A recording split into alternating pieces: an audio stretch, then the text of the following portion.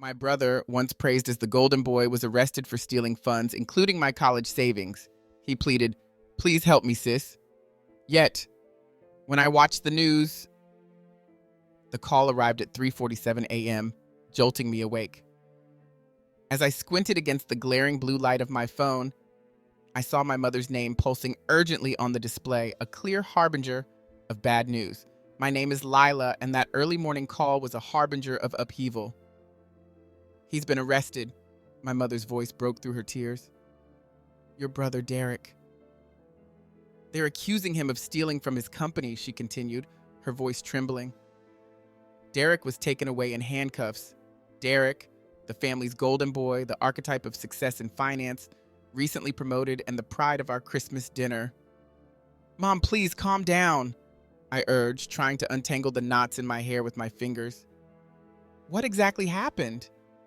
She told me the police had descended on his home just an hour earlier. Sarah, Derek's wife, had called her. Allegations of embezzlement swirled around him, which seemed impossible. Derek, involved in fraud? Yet this was the same brother who had taken my college funds under the guise of a smart investment, evaporating my future alongside his hollow promises of repayment. "Where are you now?" I asked, though I already knew the answer. "Home," she replied faintly. "I need you, Lila. Please come." Her plea was rare and sincere, unsettling in its earnestness. Despite being the secondary focus of her attention, always outshone by Derek's achievements and crises, I agreed to come. "Give me 30 minutes, I responded, despite the inner voice warning me to steer clear of the turmoil. The drive back to my childhood home felt surreal, under the dim glow of streetlights casting long shadows across my dashboard while my thoughts raced unchecked. A part of me harbored a guilty flicker of satisfaction amidst the chaos, while another dreaded the inevitable responsibility of damage control. Arriving, I saw Mrs. Thompson from next door comforting my mother on the front porch, her arm draped around her as she stood there in her silk pajamas and a mess of tears, utterly unlike the composed woman she usually was. This sight, more than anything, cemented the gravity of the situation before me. The call arrived at 3:47 a.m., jolting me awake. As I squinted against the glaring blue light of my phone, I saw my mother's name pulsing urgently on the display, a clear harbinger of bad news. My name is Lila, and that early morning call was a harbinger of upheaval. "He's been arrested." My mother's voice broke through her tears. "Your brother, Derek. They're accusing him of stealing from his company," she continued, her voice trembling. Derek was taken away in handcuffs. Derek, the family's golden boy, the archetype of success in finance, recently promoted, and the pride of our Christmas dinner. "Mom, please calm down," I urged, trying to untangle the knots in my hair with my fingers. "What exactly happened?"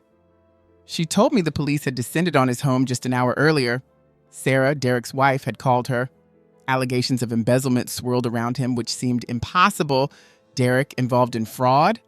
Yet this was the same brother who had taken my college funds under the guise of a smart investment, evaporating my future alongside his hollow promises of repayment. "Where are you now?" I asked, though I already knew the answer. "Home," she replied faintly. "I need you, Lila. Please come." Her plea was rare and sincere, unsettling in its earnestness.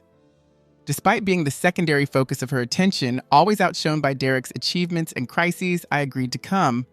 "Give me 30 minutes, I responded, despite the inner voice warning me to steer clear of the turmoil.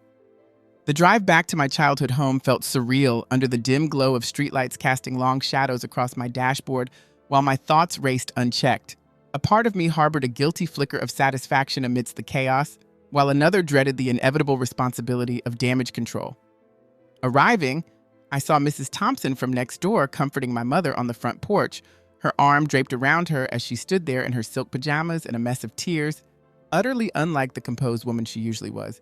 This sight, more than anything, cemented the gravity of the situation before me. 3 days following Derek's arrest, I was seated opposite my mother at our kitchen table, aimlessly nudging food around on my plate when she delivered news that nearly made me spit out my green beans. "I think you should go back to college," she declared, placing her fork down with resolve. This was the same financial reservoir that had been deemed insufficient for my education 2 years earlier. thanks to Derek's misappropriations. Now, my voice wavered slightly as I grappled with her timing. With everything that's happening, she extended a shaky hand across the table.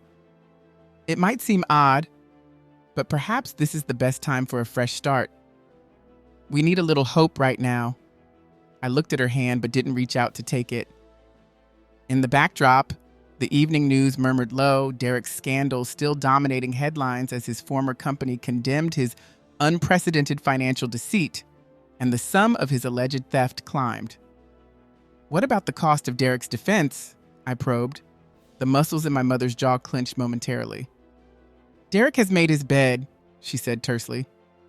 But I, too, have made poor decisions, Lila. After your father passed, I let Derek steer our finances because it was simpler than facing the harsh truth. I failed to safeguard your future. Her confession lingered heavily between us. In the kitchen, Mrs. Thompson was a silent sentinel over the sink, washing dishes, her presence a constant since that first night, likely fearing what solitude might bring upon my mother. My phone vibrated again with another unread message from Derek, his pleas growing more urgent with each ignored text. He's still reaching out to you, isn't he? My mother inquired, catching the troubled look on my face. Yes, but I haven't replied. She nodded, a hint of approval in her eyes. Good, she affirmed, just as the doorbell echoed through the house. Peering through the window, I noticed Aunt Nora's car in the driveway, and my mother's expression dimmed slightly.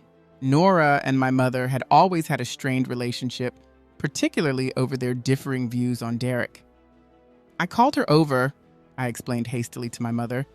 We need someone who can navigate this chaos effectively. Nora entered with an air of urgency, her arms laden with a laptop and stacks of paperwork. After a tight embrace, she turned to address my mother. Evelyn, we need a strategy for dealing with the media. They're having a heyday with this, and Sarah's relatives are threatening to release some rather unsavory details about Derek. My mother's complexion turned ghostly. What kind of details? She asked, her voice thin. Nora glanced at the documents. Let's just say Derek's creative financial dealings extend beyond the company's funds. This concerns you too, Lila, she added, gesturing for me to pay close attention. Mrs. Thompson, sensing the tension, tactfully made her exit, though not before offering a comforting squeeze on my shoulder. Outside, the presence of reporters at our driveway's edge was more pronounced, their eagerness palpable since Derek's arrest. As we prepared to delve into the specifics, my mother interjected. I've decided it's time for Lila to resume her studies. I'm making amends. Nora raised an eyebrow skeptically. Really? And how do you plan to finance her education? She questioned. I've got some savings set aside, my mother claimed. The same savings you've been draining to support Derek? Nora retorted sharply. Evelyn, I know about the bank transfers. A pit formed in my stomach. What transfers? I demanded, the room falling into a tense silence. My mother's hands trembled visibly as she clasped them tightly. Mom? I pushed, barely above a whisper. What transfers? She sighed deeply, guilt etched across her face. After the investment debacle, Derek was in deep trouble. I had to help. I sprang from my chair, sending it clattering to the floor. As I stormed out, the eager journalists shifted their cameras toward me, but I was already focused on a different destination, the county jail, where Derek was being held. The bleak facility reeked of despair and the acrid scent of industrial cleaner. Seated in the sterile visitors area, I clasped my hands tightly, staring at Derek through the thick glass separating us. He appeared diminished, clad in an orange jumpsuit that drained the color from his face. I wasn't sure you'd show up, he murmured into the receiver, his voice static-filled and distant. Me neither, I replied, scrutinizing him for any hint of regret. Mom's been funneling you money, I stated flatly. He averted his gaze, an acknowledgement of guilt. I was in a bind. And what about me? My tone was sharper than I had planned. When you took my college savings, when I had to leave school, when I was scraping by on double shifts, where was my bailout, Derek? His jaw clenched visibly. I never intended for things to turn out this way. I had a plan, he insisted, his palm pressing against the glass. Derek, save it. You always have a... Before I could finish, the door swung open abruptly. Sarah, Derek's wife, burst in. Her appearance disheveled, mascara streaked down her face. She hurled accusations as she slapped a manila envelope against the glass. You deceitful snake, she hissed.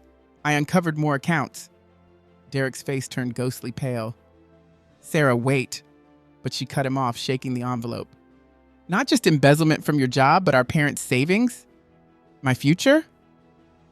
She tapped the envelope emphatically against the glass, revealing its contents. Bank statements, hotel invoices, a property lease, all linked to a Christine Weber. Sarah's voice broke as she continued. 3 years, Derek. All this while, as I dreamed of our future, you were constructing a separate life with someone else in Phoenix. I froze, the mention of Phoenix sending chills down my spine. Our father's accident had occurred near there. He had been on business. Could it all be connected? Derek had always been the one to manage our family's crises. He'd identified our father's body, orchestrated the funeral, and overseen the estate. What did you do, Derek? I asked, voice trembling as I started to connect the disturbing dots. His gaze met mine, fear evident for the first time. Lila, let me explain, he pleaded. I stood abruptly, my chair clattering to the floor. Did Dad know about Christine? About the money? Derek's reply was barely audible. He was going to expose me. He discovered the first signs of embezzlement and threatened to inform the board. I just needed more time to convince him. Sarah, who had been listening, stepped back in shock, her hand over her mouth. The brake lines, she gasped. They were sabotaged. The room fell eerily quiet, the only sound the hum of the overhead fluorescent lights. Flashbacks overwhelmed me. Derek insisting on taking care of Dad's car post-accident, preventing Mom from viewing the body, hastily pushing through the funeral details. I'm calling the police, Sarah declared, her fingers trembling as she dialed her phone. Derek's retort was desperate. They won't believe you. There's no proof. But as I thought of my mother at home, still his staunch defender, still duped by her beloved son, anger surged within me.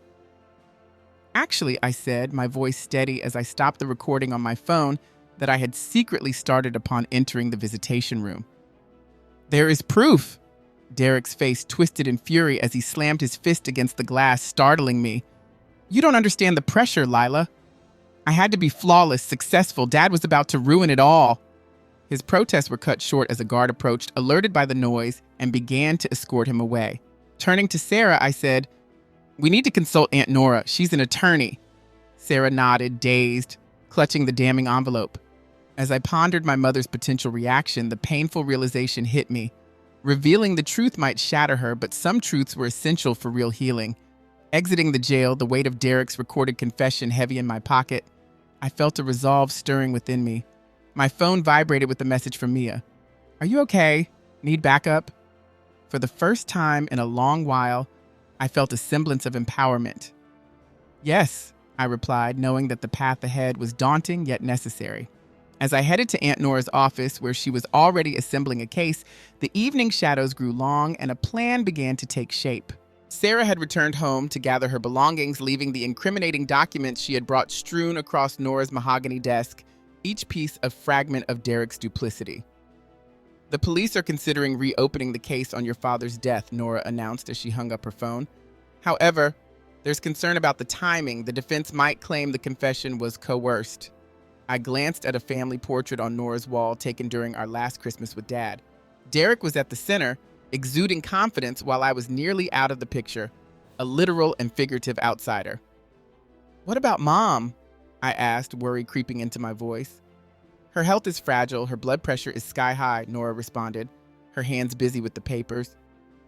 She's not eating or sleeping well. The doctor alerted me yesterday. My phone vibrated. Another message from Mia. Found something intriguing about Christine Weber. Call me. I felt a surge of determination.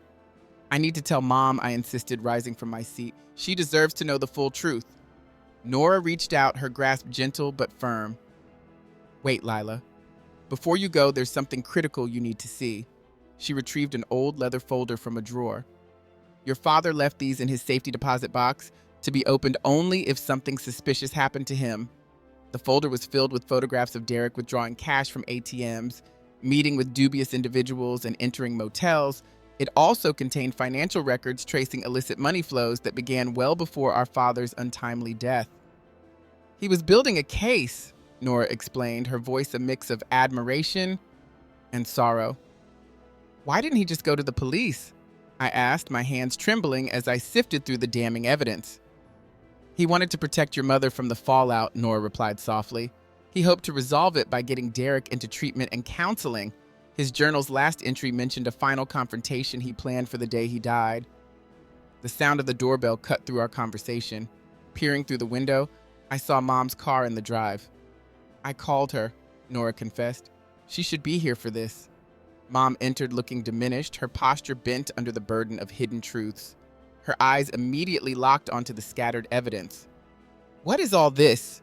She demanded. Mom, perhaps you should sit down, I suggested. No, she responded sharply, her voice steadier than I had heard in years. I've been sitting idle for too long, ignoring the signs, justifying the indefensible. She picked up a photograph, examining it closely. Reluctantly, I began to unravel everything, the confession, Christine Weber, Dad's covert investigation. As I spoke, I watched as each disclosure dismantled another segment of her reality. As I concluded, my mother moved to the window in Nora's office, her gaze fixed on the world outside, unseeing. The silence that enveloped us was suffocating. Finally, she murmured so softly I could barely catch it. I suspected, not everything, but I knew something was amiss. Derek's behavior changed when your father began scrutinizing his expenses, the secretive calls at night, his insistence on managing everything post-accident. She turned towards us, her face wet with tears, the realization overwhelming her. I didn't want to believe it because believing it would mean... Her voice trailed off as her knees gave way. I lunged to support her, cradling her as she trembled violently, overwhelmed by sobs. I've let you down, she choked out. I failed him, your father. I've spent years shielding the wrong person. Amidst this confession, my phone vibrated. Mia had sent a picture of Christine Weber's driver's license, showing a young, pregnant blonde. The license was issued 3 months before my father's accident. Mom, I began softly. There's still more you need to know. But before I could explain, she stiffened dramatically, her hand clutching at her chest in sharp pain. Mom! I cried out as Nora frantically dialed emergency services. My mother collapsed, her breaths coming in quick, shallow gasps. Holding her hand, waiting for the ambulance, I felt a crushing wave of realization that Derek's actions might not have been aimed at Dad or me, but at devastating the very person who had devoted her life to his defense. As the distant sirens grew louder, I knew some truths needed to wait. My priority was my mother's survival. Yet somewhere in Phoenix was Christine Weber holding the final pieces of this painful puzzle, and my patience for answers had run out. The funeral home was filled with the scent of synthetic floral arrangements and a pervasive sense of regret. I faced a crowd of mourners, each there to honor my mother. I wondered how many were aware of the true catalyst for her demise. Officially, it was a heart attack, but I knew the real killer, the unbearable burden of secrets she carried. Derek was absent, his request for a temporary release denied by the court, a small mercy as I doubted my ability to face him without losing composure. My mother, I started, my voice faltering almost immediately. Aunt Nora offered a comforting squeeze. She spent her life shielding the ones she loved, often from their own worst impulses. The words seemed empty, too meager to encapsulate her sacrifice. How can one properly memorialize someone who spent their final waking moments coming to terms with a life entangled in deception? In the third row, Mrs. Thompson gently wiped away tears. Beside her, Mia sat with a rigid posture, her gaze fixed on me. Her trip to Phoenix postponed for this moment. We both knew that Christine Weber wasn't going anywhere just yet. In her last days, I continued, voice thick with emotion. My mother confronted the true price of her boundless love. She realized that sometimes those we strive hardest to shield are the ones who... The sound of the back door creaking open interrupted me. Sarah entered, visibly uneasy in her funeral attire. But it was the man following her who chilled me to the core. A tall, blonde man in an expensive suit bearing a striking resemblance to Derek, but older by decades. It had to be Christine Weber's husband. My grip on the podium tightened. my knuckles turning white. His resemblance to my father was eerie, reshaping memories of Dad's numerous trips to Phoenix. Nora leaned in, concern evident. "Lila, do you need a break?" I shook my head slightly, gathering my strength to continue. My mother believed fervently in redemption, in forgiveness, and the bonds of family. The words felt bitter as I spoke them. But she also imparted a final, painful lesson about distinguishing forgiveness from enabling and love from blind allegiance. As people started to leave after the service, I noticed Christine's husband quietly exit without engaging anyone. Sarah caught my eye from across the room and gave a subtle nod. She had noticed him too. The implications were clear to both of us. Mia approached, handing me a coffee. "You holding up okay?" she asked gently. "Did you know about him?" "Is that what you found in Phoenix?" I questioned, unable to hide my anxiety. Mia paused, her expression somber. "Christine Weber passed away 6 months ago from cancer. But before she died, she left something for you. A letter." The coffee cup nearly slipped through my fingers. "What?" I gasped. Mia nodded. "It's in my car. I was going to give it to you after the service. There's more, Lila, about your father, about Derek, revelations that might change everything." Before I could reply, my phone vibrated with a text from an unknown number. "I'm sorry about Mom. We need to talk." I showed Mia the message. "He's using the prison system. They monitor all communications," I noted. Mia murmured, "Perhaps that's his intention. He might want his next words to be on record." As the last of the mourners departed with whispered condolences, the gravity of the upcoming revelations weighed heavily on me. Mrs. Thompson embraced me tightly, murmuring softly, "Your mother's love for you was deeper than you could ever imagine." Across the room, Aunt Nora was discussing logistics with the funeral director, her demeanor all business. My eyes drifted back to my phone, to Derek's unsettling message, then out the window to where Christine's husband sat in his car observing the scene. My gaze also caught Sarah, gripping her packet of crucial documents, and Mia, who held a letter that might just unearth more than I was ready for. It seemed everyone held a fragment of the reality that had eluded me. "I need to see him," I declared finally, feeling a resolve settle over me.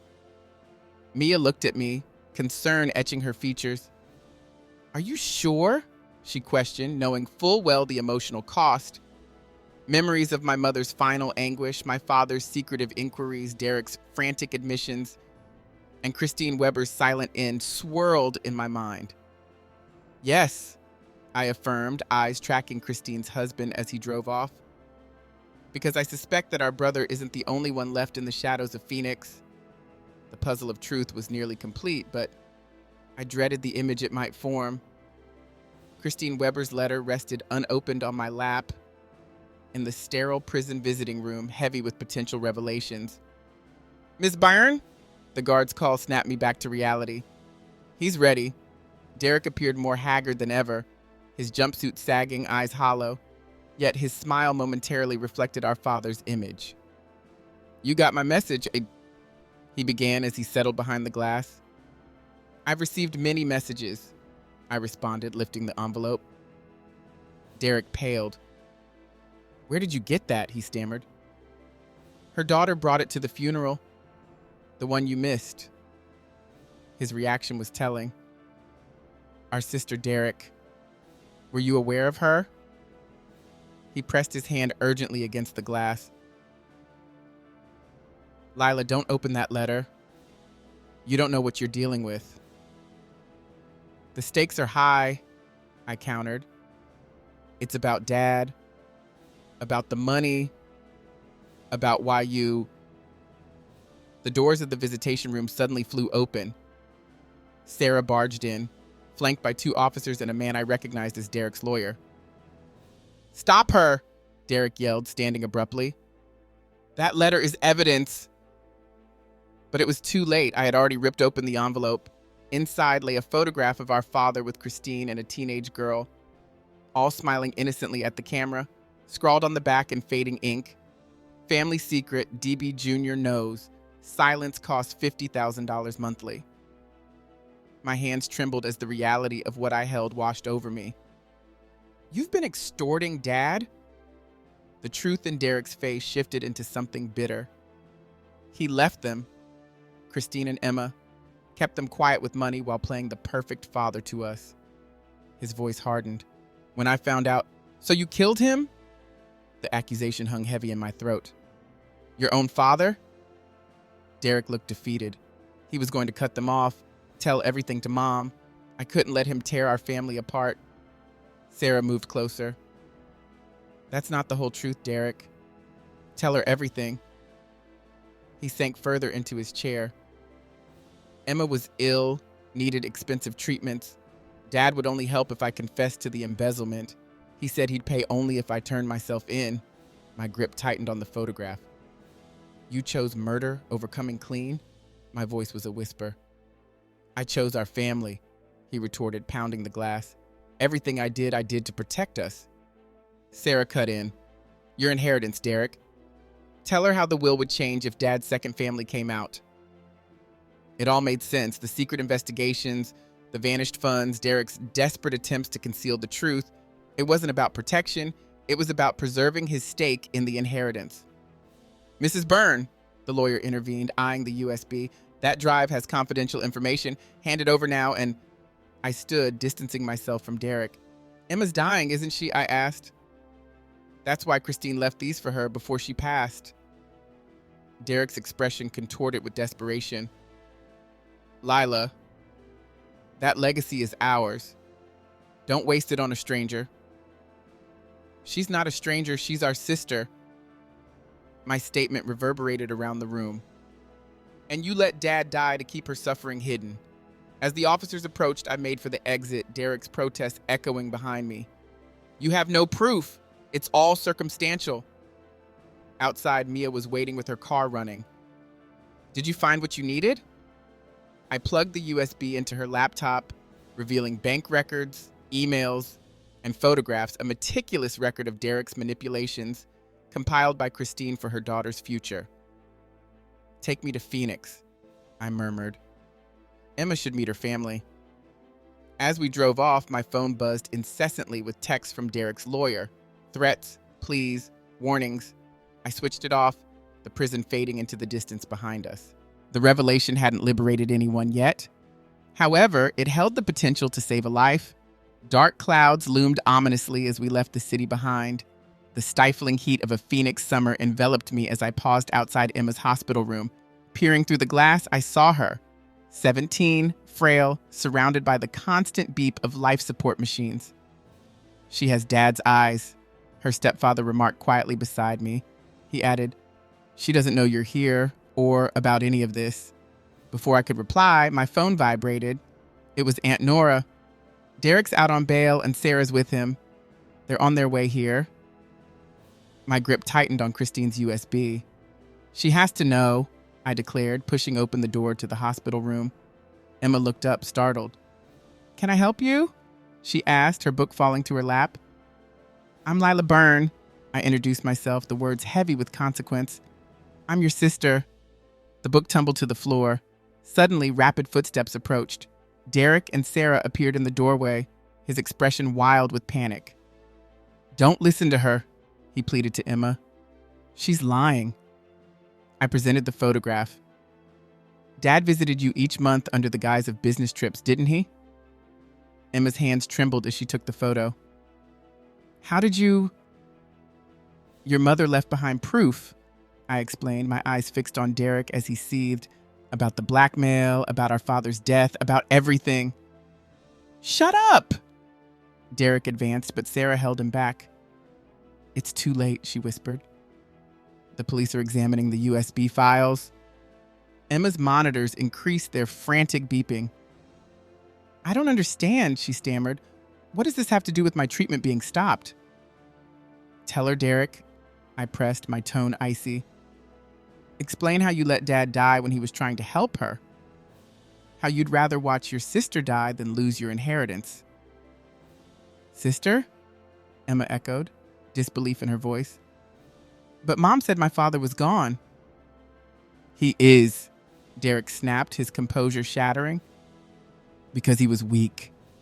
He wanted to discard everything for a mistake he made 2 decades ago. Emma recoiled as if struck, and her stepfather instinctively stepped closer to shield her. "You're the real mistake," I interjected, positioning myself defensively between them. "Everything you involve yourself with turns to poison. You're responsible for our father's death. You've shattered Mom's heart and you've robbed my future, all to safeguard what you call a legacy." "Take a good look at her, Derek," I implored, my voice steady despite the swirling emotions. The room fell silent but for the rhythmic beeping of the hospital machines. In Emma's face, I saw our father's eyes, our mother's chin, and the same determined jawline that Derek possessed, a poignant reminder of our intertwined genetics. "I can make things right," Derek blurted out desperately. "Once I get hold of the estate funds." "You won't be accessing anything," Aunt Nora interjected, stepping into the room with a document in hand. "Here's the last amendment your mother made to her will. Everything is left to Lila, and she is tasked with overseeing Emma's care." Derek's face twisted in disbelief. That's impossible." "No more deception," Sarah added, finally letting go of his arm. "I'm through covering for you," she addressed Emma. "Your mother documented everything. The blackmail, the threats, the tampered brakes." "Leave," Emma said quietly but with undeniable authority. "All of you, leave. Except," her gaze settled on me, "except my sister." Derek made a move towards her, but at that moment, 2 officers stepped up behind Aunt Nora. Sarah stood back, allowing the police to do their job. "You don't understand," Derek protested as they escorted him away. "I did it for our family." "No, Derek," I called after him. "You did it for yourself. You always have." Once everyone else had left, I sat down next to Emma's bed. She was holding the photograph, her eyes tracing our father's features. "He wanted to help," I murmured. "In the end, he chose you. And now," I continued, taking her hand, feeling a true connection, "we choose each other." Outside, the setting Arizona sun cast a glow of new beginnings. Derek's distant cries diminished down the hallway, his influence dissipating with each echo. In its place, a bond was forming, forged not from deceit, but from the truths we had unveiled. Emma gave my hand a gentle squeeze, and I responded in kind. Indeed, some legacies transcend wealth. 6 months later, I found myself in the foyer of our family home, surrounded by boxes and fresh paint, reflecting a new chapter. On the coffee table, Emma's latest medical report lay open. Cancer-free. The doctors had called it a miracle. The marvel of quality health care, unhindered by financial constraints, was palpable. Mrs. Thompson, as punctual as ever, arrived at the door bearing her weekly casserole, a tradition since Mom's passing. "The house looks different," she observed, scanning the newly brightened interiors. I had removed the oppressive, heavy drapes that Mom had favored, allowing sunlight to flood the space. Dad's former study, once a covert base for Derek's machinations, had been transformed into a welcoming room for Emma during her stays from Phoenix. "Found something intriguing in Derek's old room," Mrs. Thompson mentioned as she placed the casserole on the table. She produced an aged envelope from her apron, the handwriting unmistakably Dad's. With shaky hands, I opened it. The letter was dated just 1 day before Dad's death. "Son, I've uncovered everything about the finances, and more critically, I understand why. The relentless pursuit of perfection, the burden of our family's legacy. I see now that these were my faults, not yours. I pushed you too far and was blind to the consequences. Tomorrow, I plan to rectify things with Christine, with Emma, and with everyone. Truth must prevail regardless of its consequences. I hope one day you'll realize that true legacy is not defined by wealth or status, but by how we respond to our errors. Love, Dad." The doorbell chimed, snapping me out of my reverie. Sarah stood there, a look of hesitancy in her eyes. "The divorce is finalized," she announced abruptly. "Derek wanted you to have this." She handed me another letter, this one on prison stationery. "Lila, I've read Dad's letter, the one he intended for me. I keep it in my cell, a constant reminder of everything I've squandered in pursuit of an illusion. I can never atone for the pain I caused Dad, Mom, you, and Emma. but I am striving to comprehend my actions. The therapist here suggests that fear of not measuring up can turn us into monsters. Perhaps there's some truth in that. Please look after our sister. She deserves the kind of family I failed to be. Derek. Sarah looked uncomfortable as she lingered on the porch. He's changed, she added quietly. The house seemed quieter after Sarah left, carrying with it a new understanding. I wandered through the rooms, each wall a silent keeper of our family's complex history. In the kitchen, I paused at Mom's open recipe box, her favorite cookie recipe on display, the one she'd always make to cheer us up. In what used to be Dad's study, now Emma's room, I had placed photos of us 3 siblings. These images bridged our troubled past with a hopeful present. My phone vibrated, a message from Mia. Excited for college tomorrow? It brought a smile to my face. The funding Mom had arranged wasn't just financial. It was her blessing for me to reshape my life. Later that evening, Aunt Nora stopped by with dinner and some important documents. The trust for Emma's care is all set, and the house is now legally yours, she informed me. What about Derek? I asked. He transferred his share willingly, she replied. He mentioned something about forging a path to his own legacy.